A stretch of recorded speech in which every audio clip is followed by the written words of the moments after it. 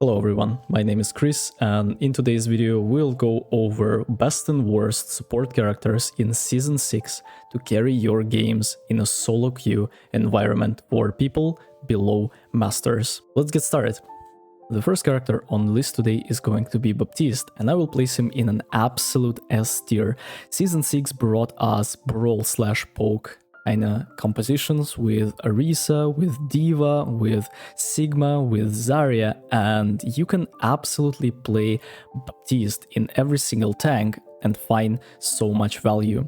You don't care about what your second support is playing, you don't need to be flexible in that regard, you can just OTP Baptiste, it doesn't really matter. You are very self-sufficient and either can heal your tank standing main or going for a flank. You have insane amounts of damage opportunities with your window, with your left click if you can get the hang out of it. You have insane burst damage and burst heal. And all of that paired up with the fact that you can deny so many ultimates and burst damage with your lamp, the fact that you are very nice versus dive, the fact that you are very nice versus brawl as you can always jump away, makes you an insane character, and you will find so much success if you will be able to learn how to play Baptiste. Sure, this is a very high skill ceiling character that will require a little bit of practice in order to get the grip. But when you do, you will become an unstoppable force. Get yourself a dude who's willing to play Arisa in a duo and watch him become completely unkillable if you press your buttons in the correct manner.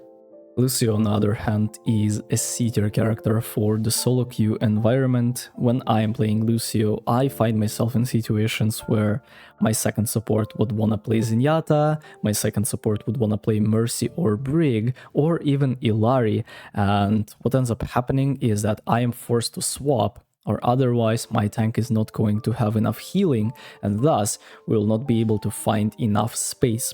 You have to also understand that Lucio works best with brawl tanks such as Junker Queen, such as Ramatra, such as Reinhardt, and if the dude wants to play stuff like Winston, you will quickly find yourself in a situation of being completely useless trying to fill out the role that other support can do better than you. Sure, you are very strong and you have the speed, you have the amp, you have the beat, which is a really nice ultimate to cancel and deny so many of the enemy's abilities and ultimates, but in reality, as a solo queue player, I don't feel like you have the option in that regard. And this is why Lucio is a C-tier character for today's list. Kiriko is an absolute A-tier character for today's list. She is incredibly strong in Junker Queen compositions where you're playing Kiri Lucio and then you speed in and speed out. Junker Queen can always go in and go out because you are always there to heal her. Kiriko is incredible when it comes to cleansing and denying ultimates and abilities. Enemy Zarya's Grav is going to be completely useless. What else is there? Illari, Captive Sun, after she released it, can be cleansed pretty easily.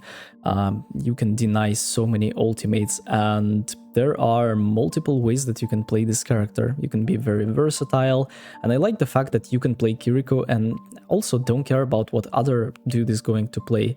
I'm looking at other supports and I quickly realized that Kiriko plus everything kind of works, and you don't have to worry about your tank being low on health all the time, or you don't have to worry about not having a flanker that can create space, as you can always go for an additional route, get a few headshots, and then if you are in danger, just Suzu yourself and TP out.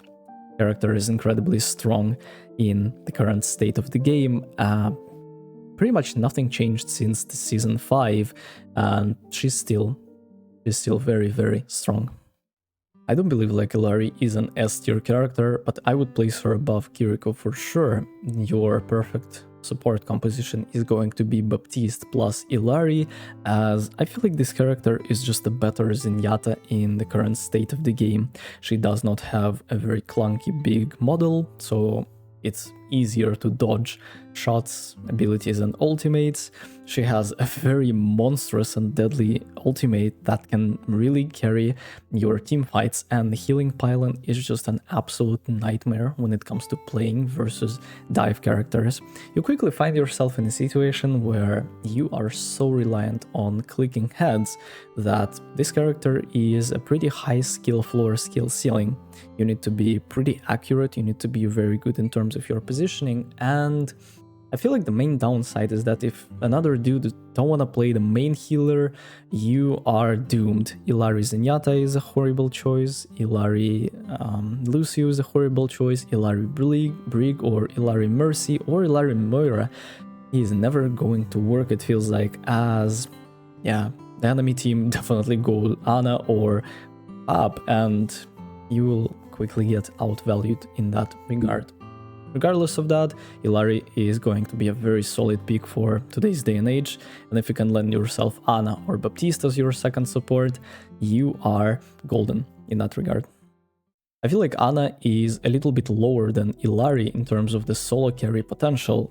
Yes, she is still incredibly strong, but I found myself in a situation where I would just get W'd by Orisa and there is nothing I can do. None of my cooldowns work on this little unkillable brick horse. I can't sleep Orisa, I can't anti-Orisa. Well, I can, but if she's cycling her abilities in a correct manner, there is literally nothing I can do. My nano is still great and I can turn around fights, but in reality, yeah.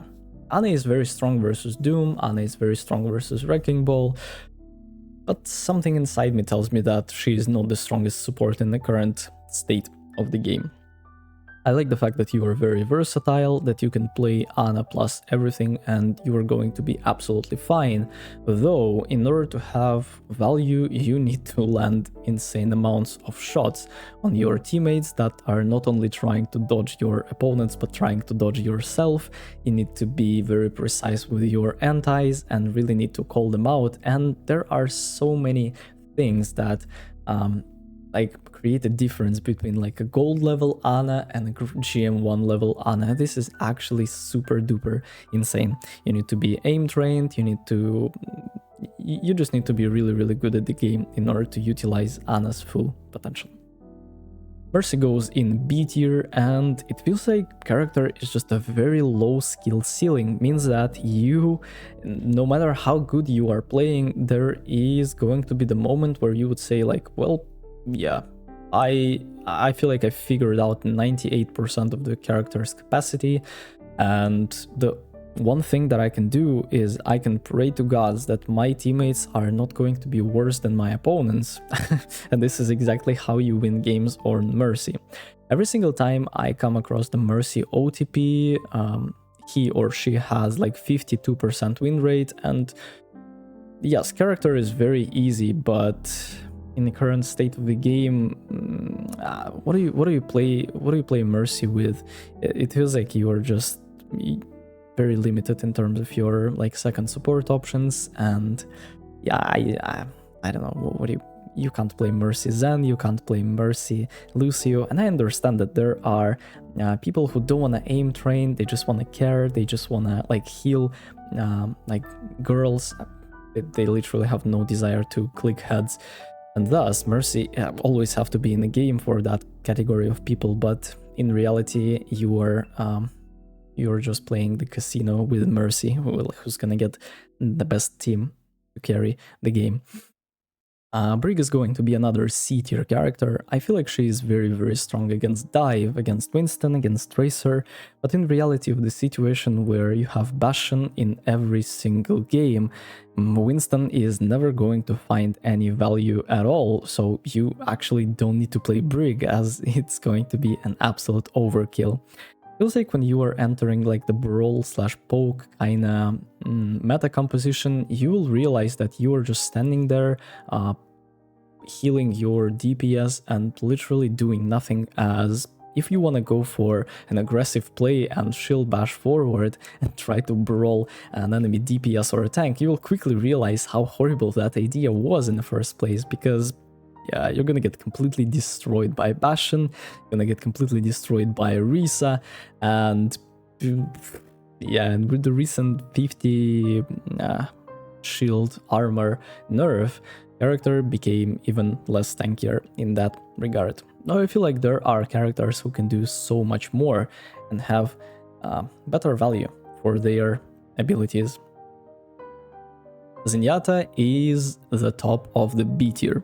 I feel like, as I've said earlier, Illari is just the better Zenyatta in the current state of the game, and you are very vulnerable, you are very clunky, and yes, your Discord orb is super nice, but when Bastion is catching you off guard, there is nothing you can do. If Arisa goes for the spin and then pins you to the wall with the javelin and then goes in and headshots you, there is literally nothing you can do. Yes, you are great versus certain characters, but I just don't feel like you have time and place on Zenyatta. I mean, it's a decent comp and you can play Ana Zen just like you would play in like Season 3, Season 4, good old days. Bab Zen can be a nice option, but to be honest, I feel like the only way you want to play Zen is when you're going for a sniper map and you're going for like a good poke comp with Widowmaker, Hanzo, Sigma, and Baptiste in order to unleash the full potential of the character. Other than that, Zenyatta is just pretty weak and vulnerable support in today's day and age. It's very interesting, but Lifeweaver is no longer bad, and I would want to place him in A tier, but it feels like he does not deserve the spot in there. B tier, the top of the B tier, is going for the Lifeweaver for today's list, as you have so many defensive options, and if you would want to do something against the Lifeweaver, well, good luck. You want to do something with him with Dive, with like Winston and Tracer. No, it's not going to work, especially if you will have the second support that can like heal him and peel for him a little bit. You want to go for the DPS when Lifeweaver is on the team. Well, he's gonna get life gripped. The Tree of Life is a very strong ultimate that will allow you to go from, oh, I'm about to die, to, oh, hello, I am completely unkillable for the duration of the ultimate. Character is very easy to use, very nice, very simple design, but I absolutely love it, and it feels like every single Lifeweaver main just started playing Illari, and thus you rarely see the character in ranked anymore, especially in GM top 500 lobbies, but in reality, below Masters level, everything can work. People have no idea about comps, they have no desire to swap for the team, and they are just playing whatever they want. And Lifeweaver is an amazing choice. Make sure that you are not trolling your teammates with life gripping them off the map, and you are going to be absolutely fine on the character. Moira is going to be the last character for today's list, and I feel like she's the top of the C tier. She's certainly better for solo queue than Lucio or Brig, but in reality of the situation, you just lack utility. The higher you climb, more you will realize that you can't flank on Moira, as your damage orb plus your right click ability is going to get out healed pretty quickly and without any effort, and your team is struggling 4 versus 5 against the enemy one. You'll quickly realize that your healing orb is pretty strong, but in reality there are Baptiste who can heal orb every 1 second with his right click, right? And then it is just incredible how much you can do in Baptiste, and then you compare that with Moira and you're like, oh, right. And then you have that character in the game. So this is going to be it for today. Let me know in the comment section, what do you think about this particular list? Thank you very much for watching. See you in the next one. Take care.